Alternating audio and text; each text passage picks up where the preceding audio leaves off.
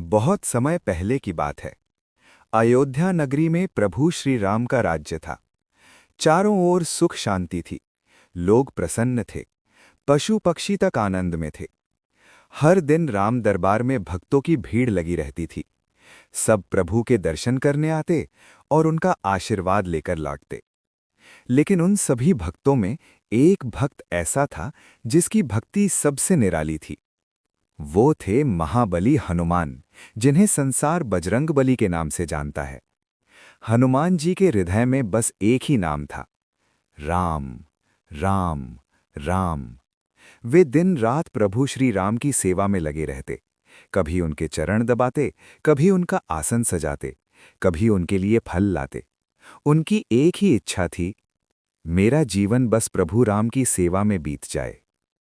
एक दिन माता सीता ने मुस्कुराकर पूछा, हनुमान, क्या तुम्हें कभी अपने लिए कुछ चाहिए? हनुमान जी फोल्डेड हैंड्स करके बोले, माता, मेरे लिए संसार की सबसे बड़ी दौलत प्रभु श्री राम के चरण हैं। इनके अलावा मुझे कुछ नहीं चाहिए। ये सुनकर पूरा दरबार भावुक हो गया। देवताओं की परीक्षा। स्वर्ग में बैठे देवता ये सब देख रहे थे। देवराज इंद्र बोले, हनुमान की भक्ति अतुलनीय है, पर क्या उनकी भक्ति हर परीक्षा में अटल रह सकती है? तब नारद मुनि बोले, हनुमान की भक्ति संसार की सबसे महान भक्ति है, लेकिन यदि आप चाहें तो उनकी परीक्षा ले सकते हैं। सभी देवताओं ने मिलकर एक योजना बनाई। रहस्यमयी साधु का आगमन। अगले दिन अयोध्या के द्वार पर एक बहुत वृद्ध साधु आया। उसका शरीर कमजोर था, हाथ में कमंडल था और चेहरा तेज से चमक रहा था। वो सीधे राम दरबार पहुंचा। साधु ने कहा, प्रभु श्री राम, मैंने वर्षों तक तपस्या की है। अब मैं आपसे एक वरदान मांगने आया हूं।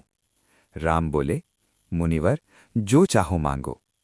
साधु बोला, मैं चाहता हूं कि आज जो भी आपके सबसे प्रिय भक्त हैं वे मेरी सेवा करें।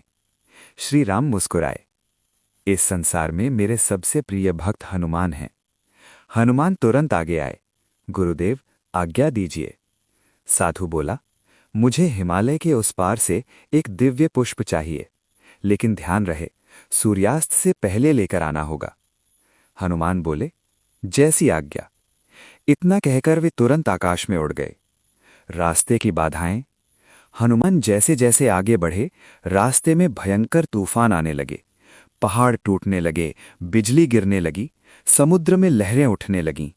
ये सब देवताओं की माया थी। लेकिन हनुमान जी बिना डरे आगे बढ़ते रहे। वे बोले, जब तक मेरे साथ प्रभु श्री राम का नाम है, कोई बाधा मुझे रोक नहीं सकती।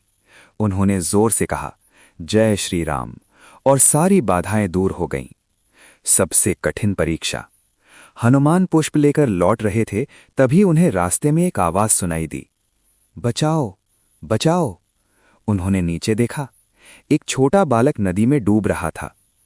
हनुमान सोच में पड़ गए, यदि मैं इसे बचाऊं तो देर हो जाएगी, और यदि मैं न बचाऊं तो ये बालक मर जाएगा।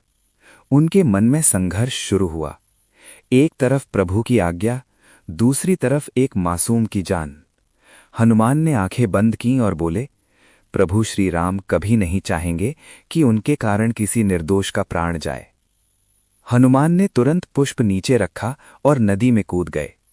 उन्होंने बालक को बचाया, किनारे पहुंचाया, लेकिन अब सूर्य अस्त होने वाला था।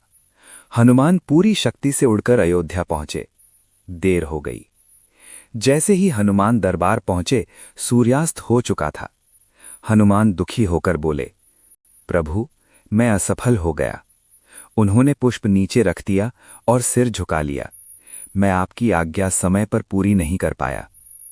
राम मुस्कुराए और अपने सिंहासन से उठकर हनुमान को गले लगा लिया। राम बोले, हनुमान, आज तुमने मेरी आज्ञा नहीं तोड़ी, तुमने मेरे धर्म को निभाया है। हनुमान ने आश्चर्य से पूछा, प्रभु? राम बोले, सच्चा भक्त वही है जो केवल आदेश नहीं मानता, बल्कि धर्म का पालन करता है। तुमने एक प्राण बचाकर सिद्ध कर दिया कि तुम्हारा हृदय करुणा से भरा है।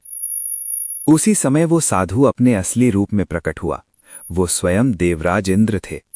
सभी देवता आकाश से प्रकट हुए। तुम्हारी भक्ति संसार की सबसे महान भक्ति है। हनुमान का उत्तर। हनुमान फोल्डेड हैंड्स करके बोले, मेरी सारी शक्ति, मेरी सारी बुद्धि, मेरा सारा अस्तित्व सब प्रभु श्री राम के कारण है। यदि मेरे अंदर कुछ अच्छा है तो वो केवल मेरे राम की कृपा है। राम की आंखों में आंसू आ गए। उन्होंने कहा, हनुमान, जब तक ये संसार रहेगा तुम्हारा नाम अमर रहेगा। जहां जहां मेरा नाम लिया जाएगा वहां वहां तुम्हारा नाम पहले लिया जाएगा। तभी से संसार कहता है, जय श्री राम, जय बजरंग बली। कहानी की सीख। सच्ची भक्ति केवल पूजा करने में नहीं होती, बल्कि दूसरों की मदद करने में होती है।